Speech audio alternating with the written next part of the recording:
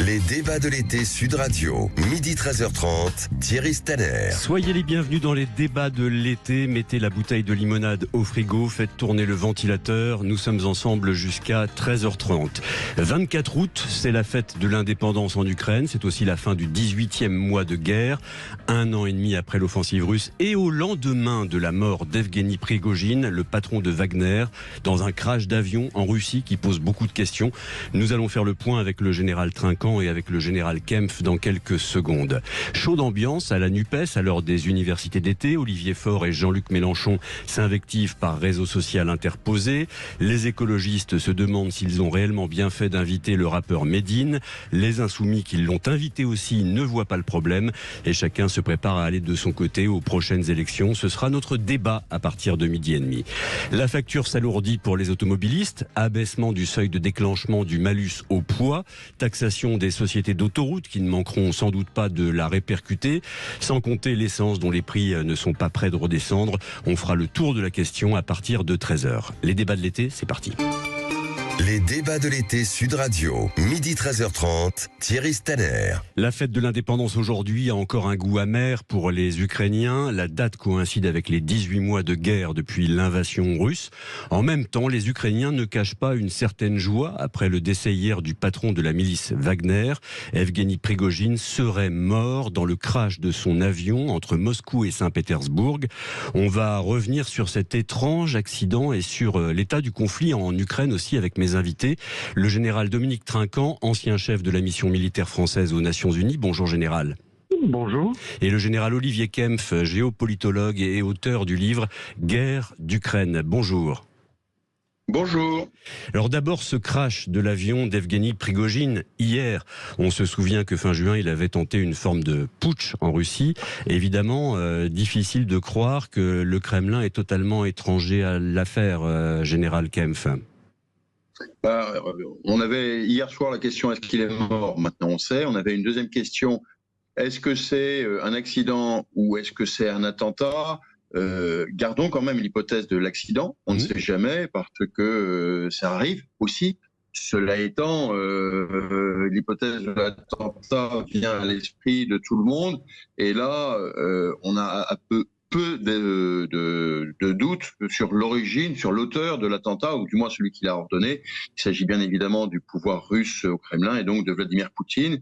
Et alors du coup, autre question, pourquoi? Eh bien finalement, Prigojine devenait de plus en plus compliqué. Souvenez-vous de ses déclarations tonitruantes au moment du siège de Bakhmout, il y a 3 ou 4 mois, où il s'en prenait au ministère de la Défense et indirectement à la gestion de la guerre, donc à Poutine. Il y avait eu ensuite l'histoire en juin de cette espèce de raid, soi-disant coup d'État, etc., qui s'était terminé dans la journée avec un espèce d'accord entre mafieux. Et ben voilà, il a continué à faire du bruit. On l'a vu en tout début de semaine en Afrique. Il voulait continuer à faire des choses et il a fortement déplu et probablement, mais ça reste encore à confirmer, s'agit-il d'un attentat. Alors la France exprime des doutes raisonnables et Joe Biden, de son côté, a jugé que peu de choses ne se passent en Russie sans que Poutine n'y soit pour quelque chose. Général Trinquant, vous partagez ce point de vue? Oui, alors le premier point, les doutes raisonnables, c'est parce que lorsqu'on étudie un peu ce qui s'est passé, il y a un deuxième avion et de Wagner également, qui a fait un départ de Moscou, puis un retour sur Moscou quasiment au moment où a eu lieu l'attentat. Et donc voilà où est le doute raisonnable. Le deuxième point, c'est rien ne se fait sans l'accord de Poutine, évidemment, surtout dans une affaire comme celle de Prigojine. Il faut se souvenir que ça arrive 2 mois exactement avant le lancement de la mutinerie et qu'il y a une deuxième action qui a été annoncée en même temps, c'est le limogeage du général Surovikin qui était le commandant en Ukraine et qui était très proche de Prigojine, qui a été tout de suite soupçonné en fait. Limogeage annoncé hier aussi. Exactement le même jour.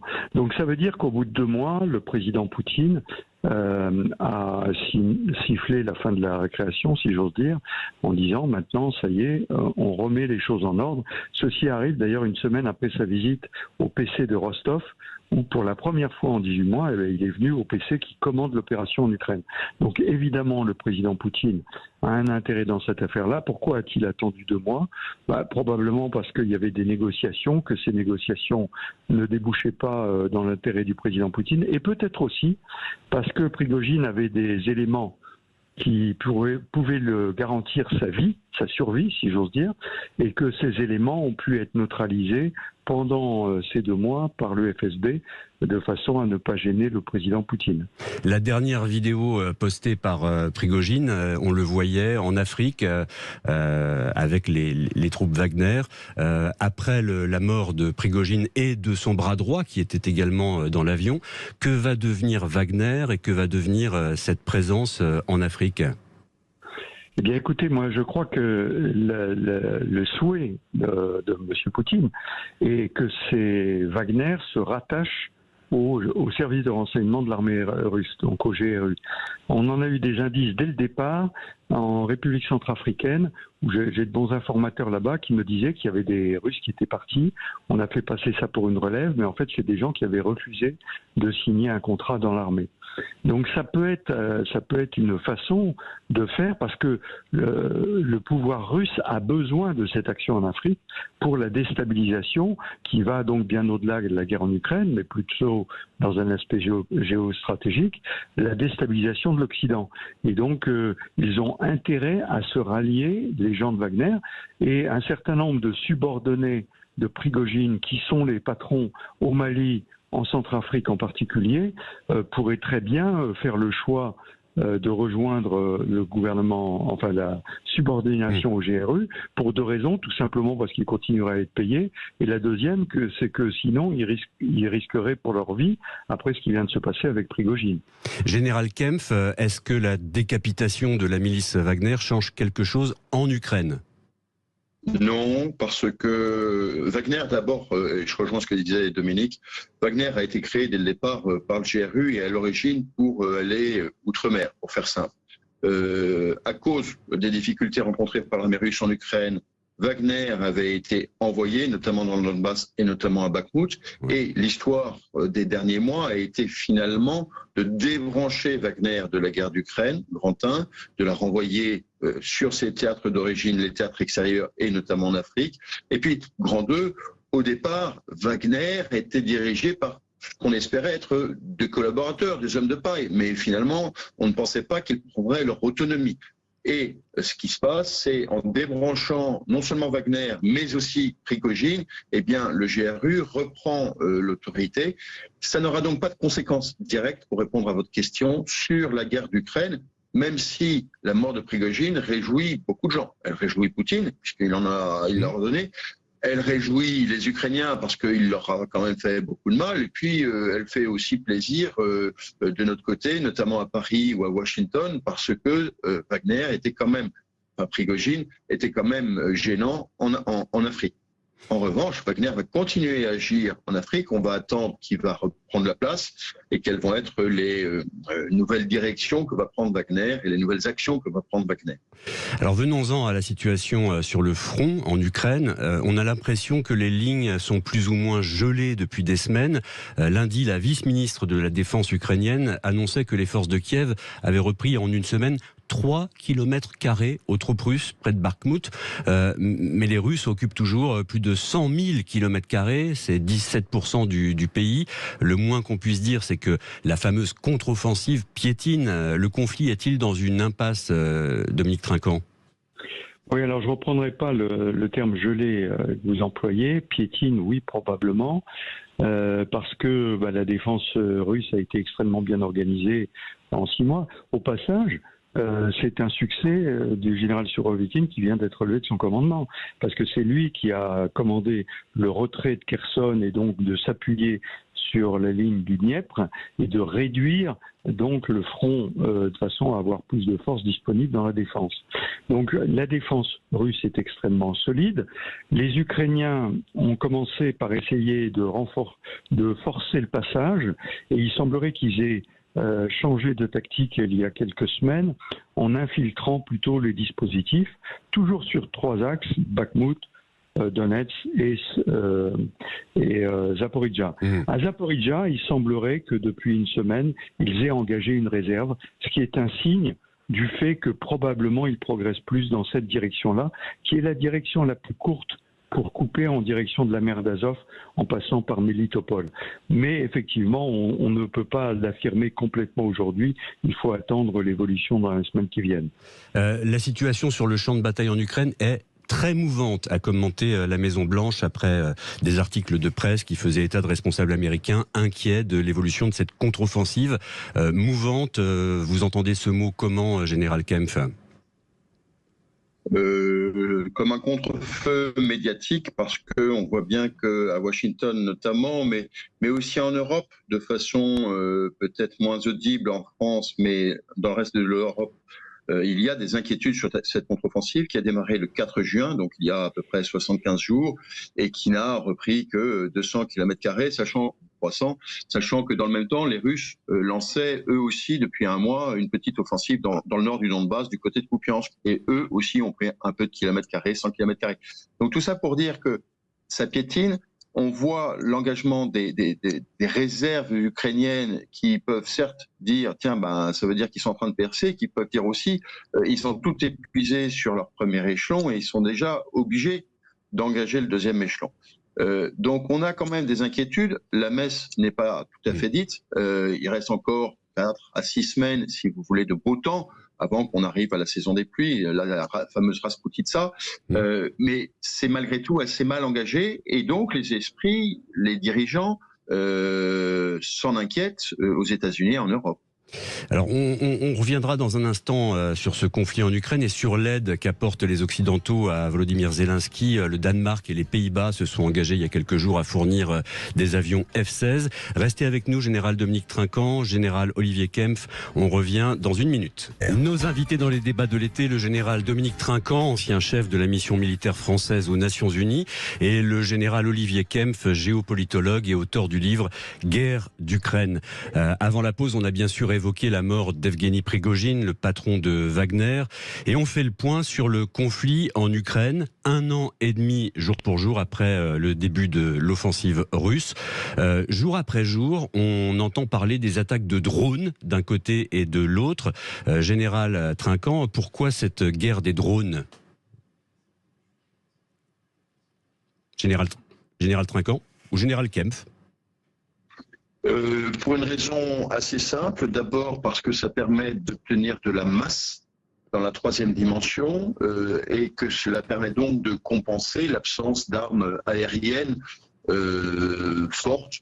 C'est évident du côté ukrainien, mais même les Russes font attention, sont mesurés dans l'emploi de leur aviation et de leur hélicoptère. Et donc, les drones de toute taille, c'est ça qu'il faut comprendre, c'est que vous avez tout un tas de drones, vous avez des micros, des mini, des drones moyens et des grands drones. Tous ces drones permettent de remplir tout un tas d'objectifs de renseignement, de ce que le grand public appelle les drones kamikazes et qu'on doit appeler des munitions téléopérées. Ça permet de faire de l'observation, du guidage, ça permet de faire du bombardement de longue portée. Donc ces drones en plus permettent d'être construits assez facilement, assez artisanalement et donc sont apportés aussi bien des Ukrainiens que des Russes. Et ça permet de saturer la 3e dimension. Cette guerre de position est une guerre certes terrestre au niveau du sol, donc en 2e dimension, mais avec énormément de choses qui passent dans la 3e dimension. D'abord les obus et puis ensuite tous ces drones. Donc c'est important. Je le disais tout à l'heure, le Danemark et les Pays-Bas se sont engagés il y a quelques jours à fournir quelques dizaines d'avions F-16 à l'Ukraine et la Grèce s'est d'ailleurs proposé de former les pilotes. Général Trinquant, quand ces F-16 doivent-ils arriver à Kiev et qu'est-ce que ça peut changer pour l'armée ukrainienne d'avoir ces avions ? Alors écoutez, la chronologie a été présentée par les Danois. Pour les Néerlandais, c'est un petit peu plus compliqué puisqu'il y a un changement de gouvernement. Mais globalement, il y aura les premiers arriveront uniquement à la fin de 2023 au début 2024 et le reste dans le courant de l'année 2024. Donc on voit bien que ce n'est pas pour une utilisation immédiate et en particulier dans l'offensive en cours. Je pense que c'est surtout un signe de soutien dans la durée des pays occidentaux et la préparation de la défense de l'Ukraine sur le long terme. Comme je crois cela vient d'être dit, il y a peu d'utilisation sur le champ de bataille de la troisième dimension avec des avions. Les drones, oui, des hélicoptères un petit peu du côté russe en particulier, des avions très très peu, parce que la défense antiaérienne est trop solide des deux côtés. Donc je crois qu'il faut voir ça comme une perspective sur le long terme de reconstitution d'une capacité de défense ukrainienne face à la Russie. Ça peut pas être décisif dans la résolution du conflit actuel. Si vous voulez, comme le disait tout à l'heure Olivier Kempf, voyons déjà ce qui va se passer dans les 6 semaines à venir sur l'offensive en cours et quel va être le rapport de force une fois que l'hiver va être arrivé. La France a livré des canons César et des missiles longue portée à l'Ukraine. Ces armes-là sont bien arrivées sur place. Qu'est-ce que ça a changé sur le terrain ? Les Césars, on le sait depuis le départ, ça a été un atout majeur pour les Ukrainiens qui ont besoin de cette artillerie. Des canons, c'est bien, des obus, c'est encore mieux quand vous avez les obus avec les canons. Et l'Europe a débloqué 2 milliards d'euros pour fournir 2 millions d'obus de 155. Donc on voit que cet aspect est extrêmement important. Les missiles longue portée, alors il y a eu des lance-roquettes unitaires qui ont été fournis par la France, dont on parle assez peu, mais en revanche on a parlé des missiles longue portée qui eux sont envoyés par des avions. C'est le Storm Shadow et le Scalp. Et là, c'est extrêmement intéressant parce que ça permet de tirer dans la profondeur, donc sur les sites logistiques ou les PC qui intéressent et qui vont casser la logistique et le commandement russe en tapant dans la profondeur, avec des missiles qui ont une longue portée bien sûr, mais qui sont aussi extrêmement précis et qui permettent de tirer dans des zones où on ne pourrait pas tirer avec de l'artillerie. Nicolas Sarkozy, qui vient de publier un nouveau tome de ses mémoires, estime que la France a tort de livrer des armes à flux continu à l'un des belligérants et il se demande s'il est raisonnable de faire la guerre sans la faire et sans jamais préciser quels sont les buts et les objectifs que l'on cherche à atteindre. Général Kempf, qu'est-ce que ça vous inspire, ces propos de l'ancien président ? Il n'engage que lui, il veut finalement ouvrir un débat, me semble-t-il, un débat en France, d'abord par promotion de son livre, mais un débat sur quel est finalement le soutien français à l'Ukraine. De ce point de vue-là, on a quand même une sorte de consensus de la scène politique sur le soutien politique et aussi militaire avec la fourniture d'armes à l'Ukraine. Peut-être s'agit-il d'une posture politique avant d'être une posture stratégique. Au total, quelques 170 000 km² seraient aujourd'hui minés en Ukraine. C'est près de 2 fois la surface du Portugal. À quel point cela ralentit peut-être la contre-offensive et comment surtout gérer ce problème à long terme si la paix revient un jour, Général Trinquant ? Oui, alors sur le court terme, nous en avons parlé tout à l'heure. Effectivement, c'est un frein à l'offensive, ça, sans aucun doute. Ces dispositifs minés ralentissent considérablement toutes les velléités d'avance de l'Ukraine. Sur le long terme, écoutez, ça va être, j'allais dire, comme le Cambodge, oui. Qui est toujours en train de déminer 20 ans ou 25 ans après. Donc c'est un sujet majeur. Qui a été aussi beaucoup employé en Yougoslavie. Moi, je me souviens d'une zone où les Serbes avaient mis 47 000 mines. Donc, vous imaginez ce que ça veut dire en déminage. Parce qu'il n'y a pas toujours les plans de minage. Et puis surtout, la météo fait qu'avec la boue, etc., tout ceci peut bouger. Donc, ça veut dire qu'il va falloir former sur le long terme des gens pour faire du déminage dans toutes ces zones. Général Kempf, d'un mot pour terminer. Le président russe Vladimir Poutine a dit que les initiatives de paix présentées par les pays africains d'un côté ou la Chine pourraient constituer une base de dialogue entre les deux pays. Comment on sort de l'impossible dialogue ? Alors, ce qui est intéressant dans cette déclaration, c'est pas tellement les offres de paix, parce que celles auxquelles il fait référence lui sont très favorables. C'est plutôt le fait qu'il suggère qu'il est ouvert à des négociations. on a évoqué tout à l'heure l'inquiétude des Américains et des Européens devant cette guerre qui piétine, qui s'enlise. Alors, il y a peut-être quelques légères avancées en ce moment dans le front sud, mais c'est pas finalement probant, et c'est pas avec ça qu'on va atteindre la victoire qui était annoncée il y a quelques mois. Et donc, on entend beaucoup de gens dire il faut repartir sur des négociations. Je crois qu'il est peut-être un peu tôt, mais ce qui est intéressant dans la bouche de Poutine, c'est de dire, après tout, pourquoi pas ?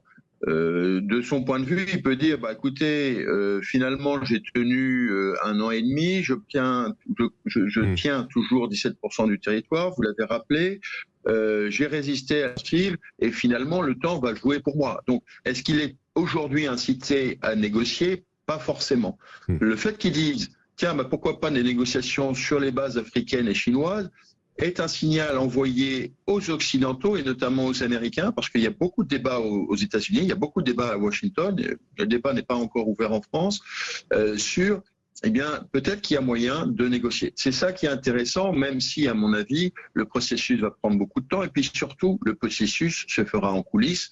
Nous ne verrons les effets que dans la dernière ligne droite, ligne droite des négociations, à supposer qu'elles aient lieu actuellement, ce qui n'est pas du tout sûr, ce qui est même aujourd'hui encore improbable. Parce que la contre-offensive n'est pas terminée.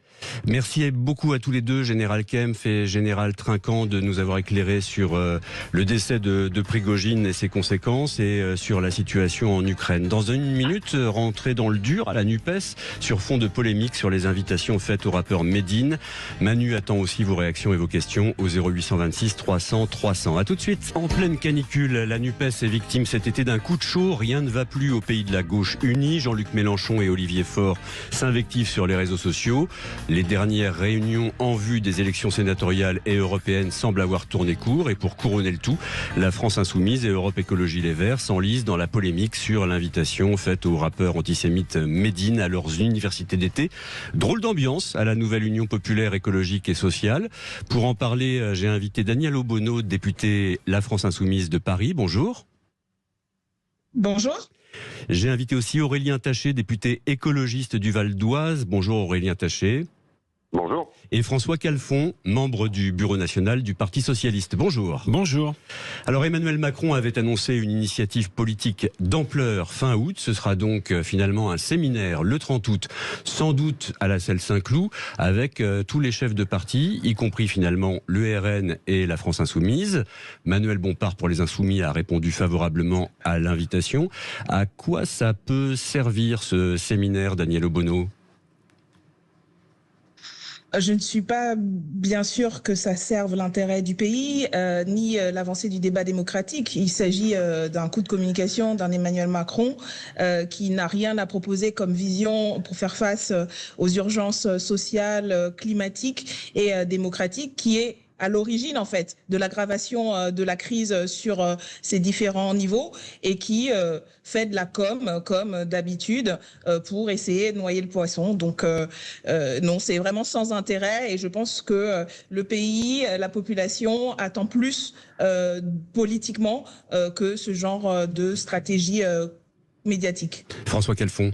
On a eu le grand blabla, on a le petit séminaire. La vérité, c'est qu'on voit bien qu'il n'a pas de majorité, et que donc ça s'adresse pas tant à la gauche, Madame Obono vient de répondre, qu'à la droite, pour essayer de trouver sur les textes, notamment immigration, sécurité, ce bateau qui gîte largement à droite, essayer de trouver des majorités de circonstances. Voilà le destin assez picrocolin de Monsieur Macron, qui, préférant le théâtre, n'est-ce pas, et c'est une vocation précoce à la vérité, finalement est encore dans un exercice de théâtre. On se souvient du grand blabla après les Gilets jaunes. Aurélien Taché, dans quel état d'esprit les écologistes iront à ce séminaire à la salle Saint-Cloud le 30 août, la semaine prochaine ? Bon, déjà, si monsieur Emmanuel Macron a décidé de ne plus arbitrer les élégances de qui est républicain ou non, c'est une bonne chose. Mais après, et donc nous irons si tout le monde est invité. Mais je ne me fais aucune illusion sur l'intérêt de cette opération. Effectivement, on sait comment fonctionne Emmanuel Macron. Il invite, il propose quelque chose qui n'est pas négociable ou discutable, puis ensuite il dit que les autres ne veulent pas écouter. Donc on voit bien qu'encore une fois, il va faire cela pour pouvoir dire, bah regardez, moi j'ai tendu la main et effectivement il n'y a pas eu d'écoute. Vous savez, quand on veut discuter, il faut quand même laisser un peu de champ à la négociation, il faut écouter les propositions des autres. S'ils voulaient vraiment le faire, il y a un endroit qui s'appelle l'Assemblée nationale où on fait régulièrement des propositions, des amendements qui sont systématiquement rejetés par le gouvernement. Donc il n'y a aucune raison que ce soit différent lors de cet échange avec lui. Justement, le président indique dans la très très longue interview qu'il a donnée au Point qu'à l'issue de ce séminaire, il pourrait lancer des référendums. Vous y croyez? Vous pensez que ça serait utile de redonner un petit peu d'air, d'oxygène à la démocratie, Daniel Obono? Certainement, il faudrait donner bien plus que de l'oxygène à la démocratie et surtout, il faudrait changer les institutions de cette 5e République vermoulue. L'outil référendaire peut être utile et vous savez, nous avons une proposition que nous faisons depuis plusieurs mois après l'immense mobilisation contre la l'unique réforme des retraites, après que le gouvernement soit passé par 49.3 en fermant toutes les issues démocratiques, nous avions proposé un référendum qui permettait en fait de sortir par le haut de la crise. C'est toujours possible parce que cette unique réforme continue à être rejeté par les millions et millions de travailleurs et l'ensemble d'une majorité de la population. Donc ça pourrait être utile. Mais en vérité, saupoudrer ici et là ne résoudra pas le problème profond d'une 5e République et surtout d'un président qui est seul contre tous et qui piétine les instances parlementaire, le mouvement social qui le méprise et qui réprime la mobilisation citoyenne quand elle s'exprime dans la rue. Donc, l'usage d'un référendum sur la question des retraites serait une manière peut-être de donner le signal qu'il entend enfin la parole du peuple, mais il faut engager plus largement un changement en fait d'institution qui ne correspond plus à ce dont notre pays a besoin. Il faut une 6e République et nous continuerons à le défendre et le demander et essayer de construire une majorité pour cela. Un référendum sur la question des retraites, c'est assez peu probable, on va dire.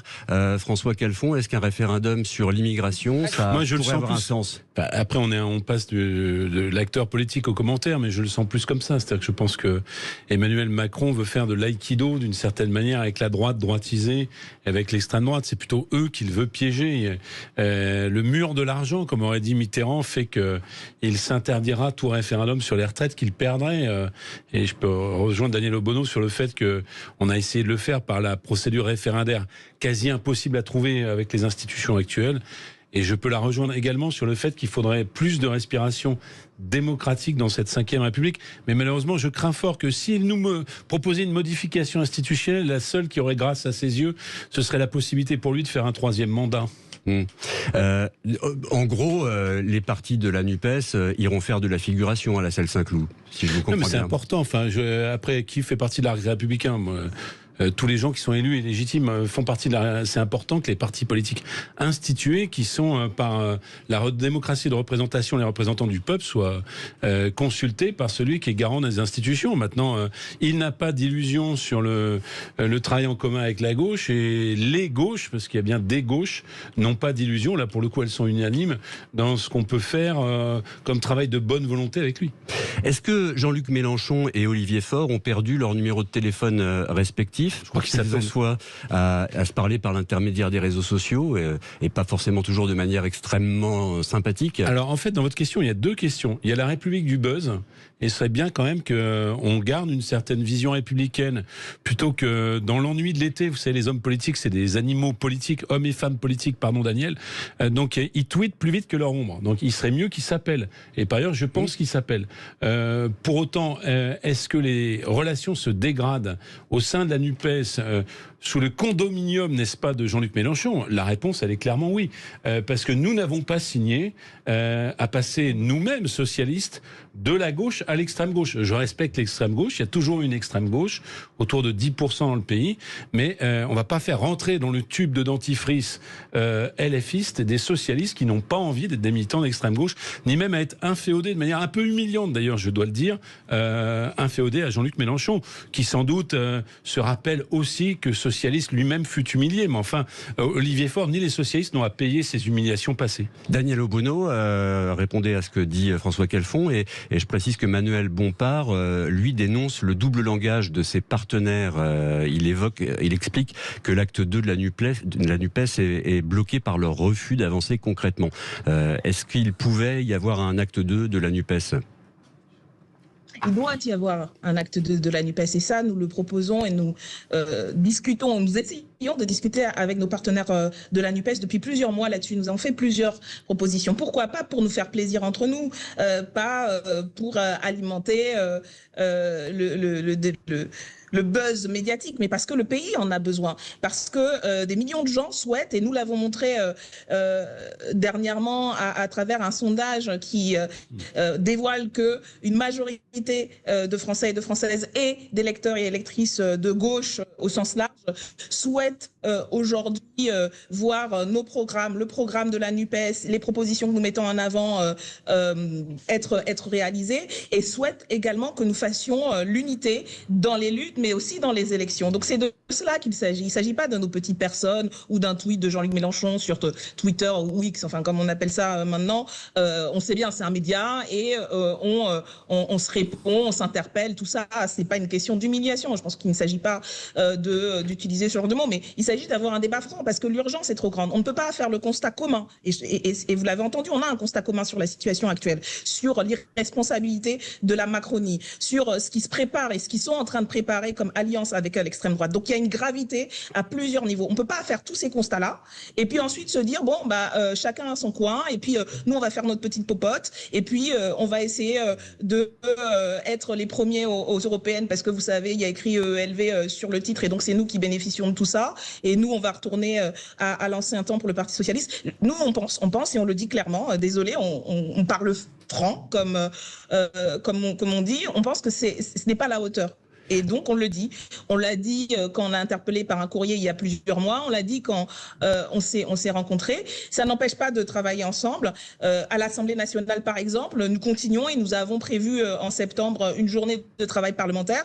Voilà, je pense que ça fait partie du débat démocratique qui existe aussi à gauche. Mais surtout, il faut apporter des réponses communes. Le peuple de gauche attend ça. Le pays en a besoin.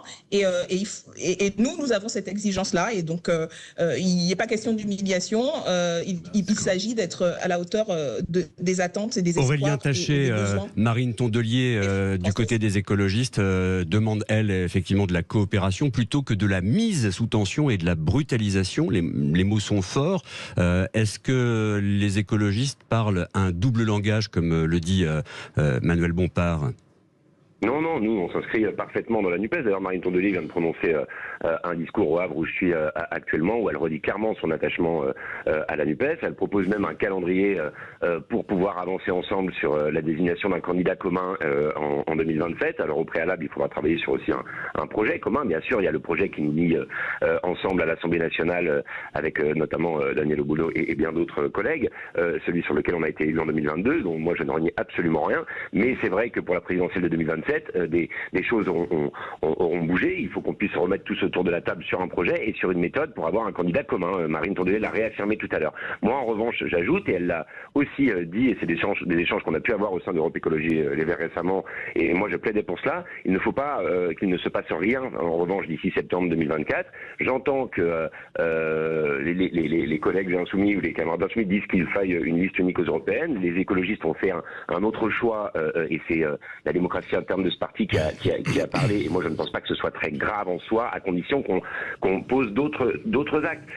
Au Parlement européen, le plus important, c'est d'envoyer un maximum de députés pour voter les textes. Vous savez, sur la loi de restauration de la nature, c'est passé à quelques voix il y a quelques semaines. Donc, si plusieurs listes permettent plus de députés, moi j'ai pas de problème. En revanche, d'ici septembre 2024, il faut qu'on fasse des choses. Moi, j'ai été sensible aux propositions qu'a fait Manuel Bompard sur des AG locales de la NUPES partout, sur finalement un Parlement de la NUPES qu'il faut réunir, et aussi sur le fait de se retrouver, c'est là que je ne suis pas d'accord avec ce que j'ai entendu de la part de François Calfon tout à l'heure, aussi se retrouver le 23 septembre pour cette marche contre les violences policières, parce que si finalement s'unir et prendre certains sujets à bras-le-corps qui n'ont jamais été malheureusement suffisamment pris à bras-le-corps par la gauche, que sont les questions de violences policières ou autres, c'est d'être d'extrême gauche, eh ben très bien, moi je suis d'extrême gauche alors. C'est vrai que vous êtes d'extrême gauche. Ben oui, enfin, je crois pas pourtant. Je pense simplement. Il n'y a pas de honte à être d'extrême gauche.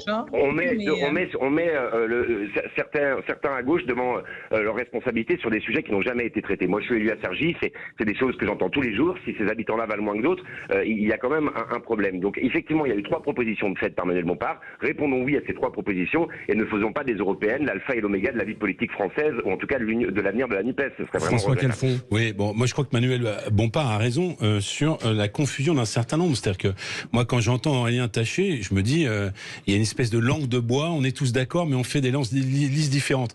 Et moi, je dis, on n'est pas tous d'accord, et pas sur tout. Typiquement, sur les européennes, c'est pas une modalité.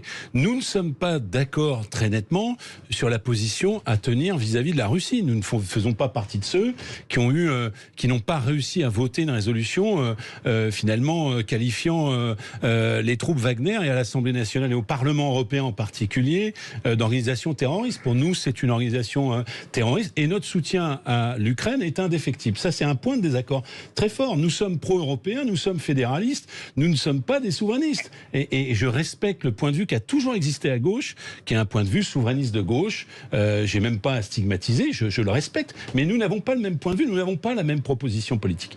Enfin, le dernier point, me semble-t-il, et ça, c'est quand même le bilan de l'été, sans rentrer dans les polémiques, c'est pas le sujet.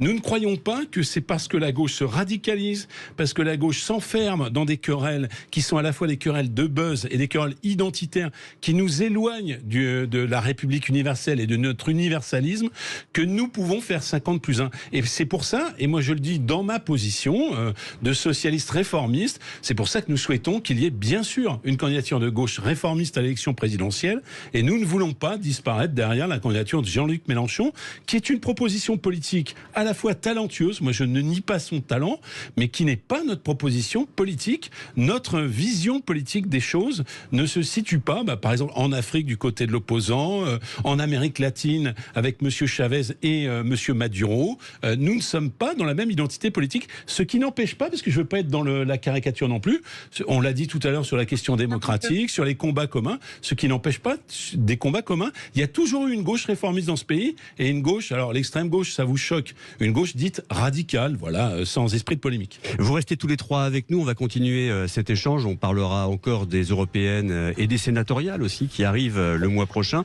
et puis on s'intéressera à cette polémique dont on parle depuis plusieurs jours autour de l'invitation faite à Médine aux universités d'été de la France Insoumise et des écologistes. À tout de suite. Une rentrée dans le dur pour la NUPES à l'heure des universités d'été. Nos invités dans les débats de l'été, Daniel Obono, député LFI de Paris, Aurélien Taché, député écologiste du Val d'Oise, et François Calfon, membre du bureau national du Parti socialiste.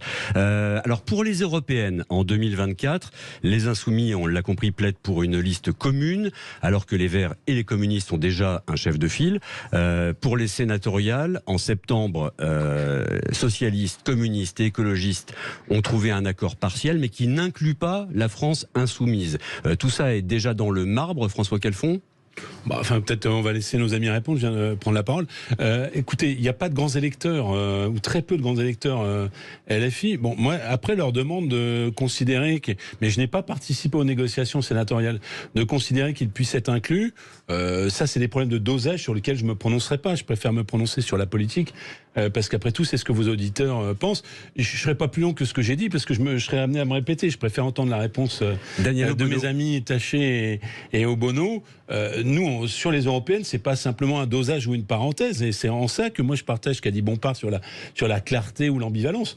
C'est qu'on n'a pas la même proposition politique. Donc pourquoi finalement, et ça pour le coup c'est assez unanime des socialistes, pourquoi finalement participer d'une confusion politique alors que nous n'avons pas le même projet européen? Daniel Obono, pourquoi vous ne prenez pas simplement acte du fait que vous irez en ordre dispersé à ces élections? Parce que nous pensons que, comme je l'ai dit tout à l'heure, il y a une urgence sociale, démocratique et écologique, et face à la Macronie et à la stratégie de construction d'une alliance ou d'un périmètre avec l'extrême droite, il est irresponsable de répondre par les intérêts de politiques ou de partis. Je dis cela sans mépris pour les organisations, mais c'est en dessous de ce qu'il faudrait. Nous avons la possibilité de battre Macron et Le Pen à ces élections européennes. Nous avons la possibilité d'arriver en tête. Ce n'est pas juste un résultat qui aura un impact pour notre pays, parce que ça changerait le rapport de force durablement, et y compris donnerait la possibilité de construire une véritable majorité pour les échéances à venir. Alors, venons à cette polémique autour de la venue de Médine aux universités d'été de la France Insoumise et des écologistes. Dans la famille Europe Écologie Les Verts, certains comme Marie Toussaint ou Karima Deli ont clairement dénoncé la venue du rappeur Médine à l'université d'été au Havre. Les maires de Bordeaux et Strasbourg ont aussi annoncé qu'à ce tarif-là, ils ne viendraient pas. Mais un certain nombre qui risquent de ne pas avoir les 5% et donc de ne pas avoir d'élus. Et donc non, ça ne constitue pas. On parle des écologistes, Madame Mais Obono. la délégation NUPES qui pourrait y avoir au Parlement européen aurait encore plus les moyens qu'elle ne le fait maintenant. Je termine là-dessus parce que il y a eu Monsieur Calfon a cité un vote sur Wagner qui est complètement périphérique à tout ce qu'on a pu faire périphérique, Madame Obono. depuis 5 ans. Madame la guerre en Europe, c'est pas périphérique. Je vais terminer là-dessus et je répondrai sur l'Ukraine. Non, c'est moi qui pose les questions, Madame Obono. Et on parle de la polémique autour de Médine. C'est le travail notamment de Manon Aubry, qui est un travail de fond. Et une majorité, j'ai un peu été interrompu, je vais vraiment finir là-dessus en une seconde.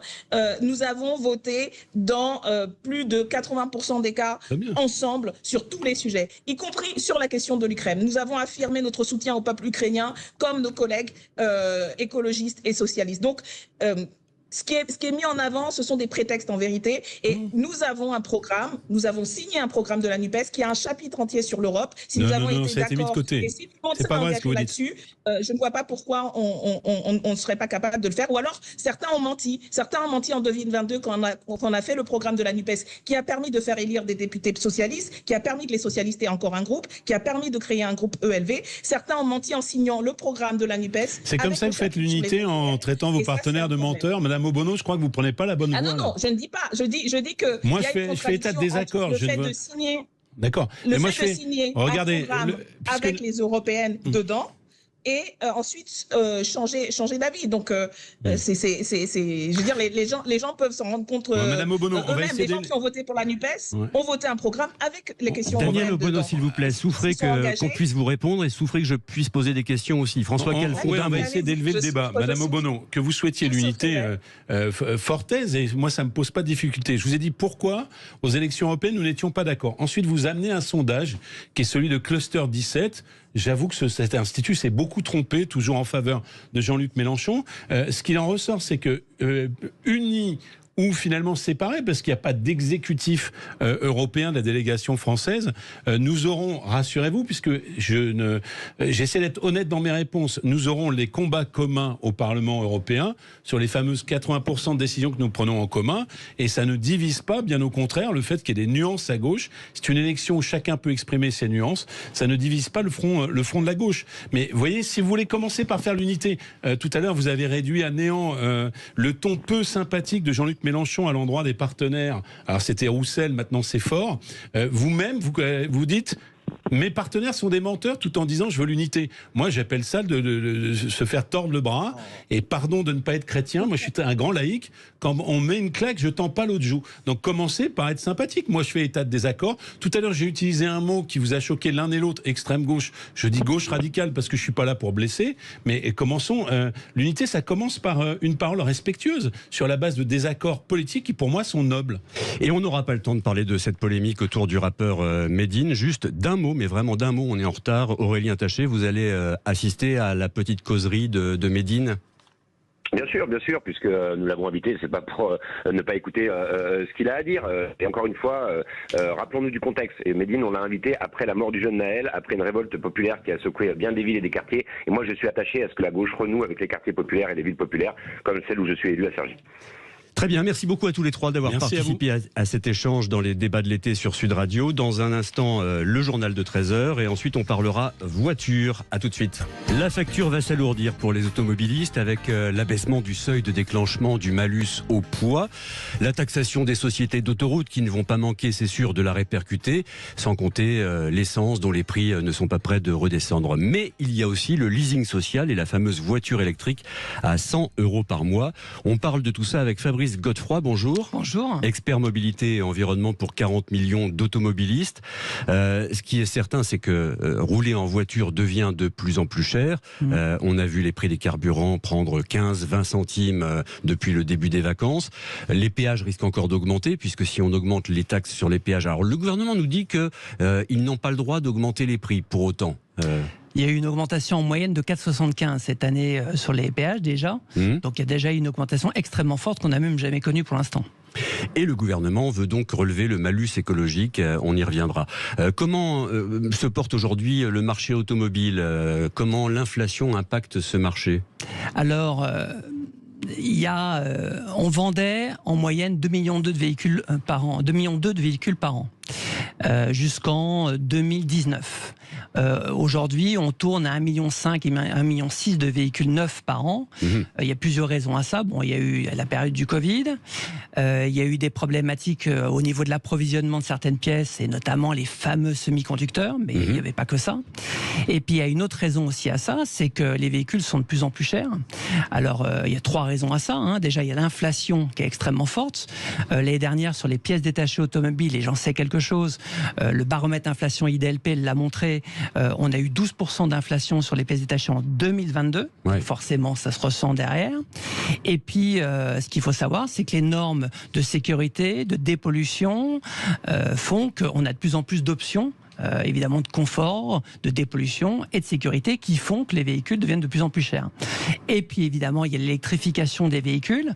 Forcément, c'est une technologie supplémentaire, donc ça coûte encore plus cher. Les véhicules 100% électriques qui coûtent 50% plus cher qu'un véhicule thermique. Donc s'acheter une voiture aujourd'hui coûte beaucoup plus cher qu'il y a quelques années. Et c'est d'ailleurs pour ça que Emmanuel Macron veut aider les Français, parce que tout ça part du démarrage, la fin du moteur thermique en 2035 au niveau des ventes, en poussant le véhicule électrique. Ça, c'est la Commission européenne qui nous l'impose.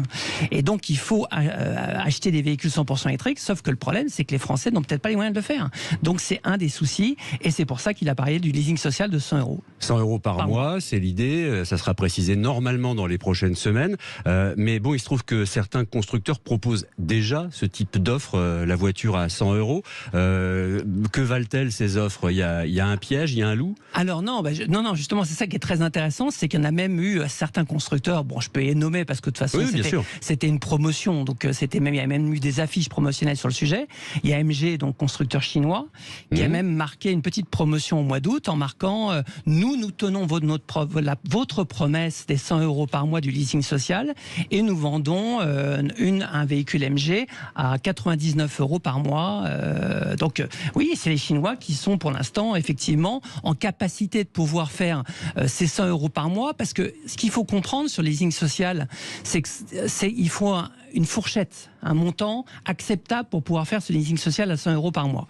Et il faut que ça se situe dans les 20, 22 000, 23 000, en dessous des 30 000 €. Donc aujourd'hui, les véhicules qui sont éligibles à ce leasing social, ce sont ou des véhicules chinois, Donc si on fait un leasing social, on est déjà aujourd'hui en train de faire des bonus sur des voitures électriques. On sponsorise déjà les véhicules électriques chinois au détriment de l'industrie européenne, ce qui est déjà une catastrophe. Mais si en plus on fait un leasing social pour sponsoriser la Chine, c'est un problème. Et puis après, il y a des véhicules qui sont soi-disant européen français. Je vais prendre un autre exemple, la Dacia Spring, qui fait partie des véhicules qui pourraient être éligibles parce que au tarif, elle est à 22 23 000, donc c'est la voiture idéale. Et qui est dans le top 3 des véhicules électriques en ce moment. Tout à fait. Et en plus, c'est une voiture qui rentre dans cette fourchette, une petite citadine qui pourrait vraiment être adaptée. Sauf que cette voiture-là, elle est fabriquée où ? 100% en Chine. Donc c'est là où c'est un peu compliqué. Et d'ailleurs, il y a un paradoxe qui est en train de se mélanger là-dessus, c'est qu'à la fois Emmanuel Macron s'est rendu compte qu'on était en train de sponsoriser la Chine et l'Asie au niveau des véhicules électriques, donc il veut faire un carbon score pour justement freiner ces bonus que l'on donne sur ces véhicules-là pour essayer de pousser plutôt l'industrie européenne. Sauf que le souci aujourd'hui, c'est qu'évidemment, notamment la Chine, a toute la chaîne de valeur sur les véhicules électriques et la batterie, c'est-à-dire l'extraction des matières premières, lithium, cobalt, même quand c'est pas sur leur territoire. Et ils ont aussi le raffinage de ces batteries. Donc 85% des batteries aujourd'hui sont fabriquées ou en Corée ou en Chine, même dans les voitures européennes. Et en plus de ça, aujourd'hui, ils arrivent avec leur propre marque. Et on a une série de marques. Le meilleur exemple, et j'en finis là-dessus parce que je vais sinon être un peu long, le dernier mondial de l'automobile, c'était véritablement le reflet de la situation actuelle. C'est-à-dire qu'on avait les constructeurs français et les constructeurs chinois. Et les autres constructeurs n'étaient pas là. Donc on voit très bien la tendance actuelle. Et du coup, comment les constructeurs français peuvent se défendre face à ça ? Alors, c'est une équation impossible. J'espère que ça ne sera pas impossible parce que quand on n'est pas un pays constructeur, ça pose pas de problème. Mais quand on est la France, l'Italie ou l'Allemagne, ça a évidemment des répercussions au niveau industriel qui sont catastrophiques. Donc on leur impose le véhicule 100% électrique, avec maintenant 10 ans de retard par rapport à la Chine, pas forcément les matières premières, pas forcément encore les batteries. On n'a pas encore les usines d'assemblage et pas de fabrication sur le territoire français, et en plus il faudra être compétitif alors que de toute façon on sera dépendant des matières premières avec la Chine. Donc ça va être un Rubicon qui va être extrêmement difficile à mener pour les constructeurs européens, mais on a sacrément intérêt à y arriver parce que derrière il y a l'industrie donc française, l'industrie européenne, il y a tous les services de l'automobile qui sont quand même derrière, donc tout ça, ça aurait des répercussions qui sont extrêmement fortes pour la France et pour l'Europe. Parallèlement à ce leasing social pour une voiture électrique à 100 €, dont, je le redis, les contours devraient être dévoilés dans les prochaines semaines. Comment le bonus écologique va évoluer ? Alors, le bonus écologique, ce qu'ils veulent, et il a totalement raison, sauf que le problème c'est toujours la même chose, on met la charrue avant les bœufs, c'est-à-dire qu'on l'a fait avant et on a réfléchi après, c'est-à-dire qu'ils veulent faire comme le Nickel Score, c'est-à-dire un carbon score sur le véhicule, en tenant compte en fait où est fabriqué le véhicule, avec quel type d'électricité. Par exemple, en Chine, les voitures électriques sont extrêmement écologiques parce qu'elles sont fabriquées avec de l'électricité charbon, donc très, très, très, très écologique. Et après, évidemment, elles sont amenées sur le territoire européen. Et je passe l'extraction, le raffinage, etc. Donc, ils veulent pénaliser ça pour faire une sorte de protectionnisme sans le dire, parce que en France, à la différence des États-Unis, le libre-échange est là, donc on a le droit de le faire, ce commerce. Donc on essaie de faire un protectionnisme sans le dire, en essayant de mettre un curseur pour permettre de pousser dans le futur, ce qui n'est pas le cas aujourd'hui, les véhicules plutôt fabriqués sur le territoire européen. Mais le problème, c'est qu'il va falloir être compétitif et ça ne va pas être simple. À date, que pèsent les véhicules 100% électriques sur le marché dont on parlait tout à l'heure ? Alors, on est au niveau des ventes, on est aux alentours de 14% des ventes en véhicules 100% électriques. Donc, il y a une progression extrêmement forte, ce qui est logique. Le bonus aujourd'hui n'est plus que sur le véhicule 100% électrique. À un moment, il était sur les hybrides rechargeables. Maintenant, sur le véhicule thermique, on en parlera peut-être tout à l'heure, mais il n'y a plus que du malus. Et puis alors, du malus bien malusé. Qui va être augmenté. Voilà, donc on pousse le véhicule 100% électrique sur le parc roulant. qu'il y a quand même un décalage. On a un parc roulant qui est évidemment vieillissant en plus. Donc c'est une des raisons d'ailleurs. Comme les véhicules neufs se vendent de moins en moins, le parc est en train de vieillir à la différence de l'objectif des zones de faible émission. C'est quand même un sacré paradoxe aussi. On va en parler des ZFE. Et donc, sur le parc roulant, le véhicule 100% électrique représente à peu près 2%. Est-ce qu'avec un carburant qui refrôle les 2 € en ce moment, c'est une incitation pour passer à l'électrique ? Alors ça, c'est la vision effectivement immédiate, ça paraît logique. Par contre, plusieurs choses. Bon, déjà, le carburant, on pourrait en parler, mais je vais essayer de le sortir et revenir sur l'électrique. Bon, déjà, pour avoir un véhicule électrique, il faut être ce qu'on appelle électrocompatible. Et électrocompatible, c'est avoir une borne de recharge chez soi ou dans sa copropriété. Et dans ce cas-là, il y a un intérêt parce qu'effectivement, on paye son électricité d'une façon acceptable. Si effectivement, on est obligé de recharger sa voiture électrique dans des bornes de recharge publiques, ça coûtera déjà beaucoup plus cher. Donc déjà, l'écart se réduit. Et puis après, juste une petite réflexion comme ça dans le futur, les taxes sur les carburants, parce qu'on parle de l'augmentation, c'est vrai que le prix du baril du Brent est en train d'augmenter, on est aujourd'hui à 85 $, on était à 88 $, c'est pour ça qu'il y a une augmentation du prix du carburant, mais il y a quand même beaucoup de taxes aussi sur le carburant, on a une TICPE, et sur la TICPE on a une TVA à 20%, donc une taxe sur une taxe. Au total c'est plus de 60%. 60% de taxes. Donc effectivement le prix du carburant a largement augmenté. Par contre ça rapporte quand même plus de 40 milliards d'euros à l'État, le prix le carburant. C'est quand même un impôt qui est extrêmement intéressant. Enfin, c'est une règle de 3. Mécaniquement, c'est pour ça que nous, chez 40 millions d'automobilistes, on prône une TVA à 5,5 au lieu de 20%, parce qu'effectivement, plus l'augmentation du carburant se fait, plus l'État engrange des recettes plus importantes. Ça, c'est logique. Il y a une TICPE flottante. Elle est fixe. Mais elle pourrait être flottante. Elle pourrait être flottante, mais... Bon, de toute façon, il faudrait une refonte complète de la fiscalité des carburants, ça va poser un problème. Mais c'est compliqué parce que évidemment c'est des recettes, puis à la fois c'est carboné, donc c'est pas très écolo politique, je dirais. Mais par contre, il faut pas rêver. Le jour où on passe tous en véhicule électrique, est-ce que vous pensez que l'État va se passer des 40-45 milliards d'euros de taxes sur les carburants? Bien sûr que non. Donc ils seront très inventifs et sur le véhicule électrique, on trouvera des solutions pour taxer le véhicule électrique. On l'a déjà d'ailleurs, hein. On commence déjà à voir apparaître la norme Euro 7, qui est la prochaine norme qui est en train d'arriver. On va déjà faire une restriction et trouver une petite norme supplémentaire sur le freinage, l'abrasion des pneus et le freinage, c'est-à-dire tout ce qui est liaison au sol. D'ailleurs, l'ADEME, qui est l'agence de la transition écologique, comme par hasard avait fait un rapport juste avant, en expliquant que maintenant plus de la moitié des particules ne viennent plus de l'échappement, mais viennent de la friction pneus et plaquettes de frein. Donc on voit déjà arriver une nouvelle technologie, c'est-à-dire un aspirateur à friction, donc un coût supplémentaire encore sur les véhicules, et on voit arriver peut-être une taxe sur le véhicule électrique, et puis aussi savoir d'où vient l'électricité, ça pourrait être une taxe aussi. Enfin bref, ils trouveront une solution, il n'y a pas de problème. Alors là, pour 2024, ce qui semble acté, c'est de réduire le seuil du malus au poids.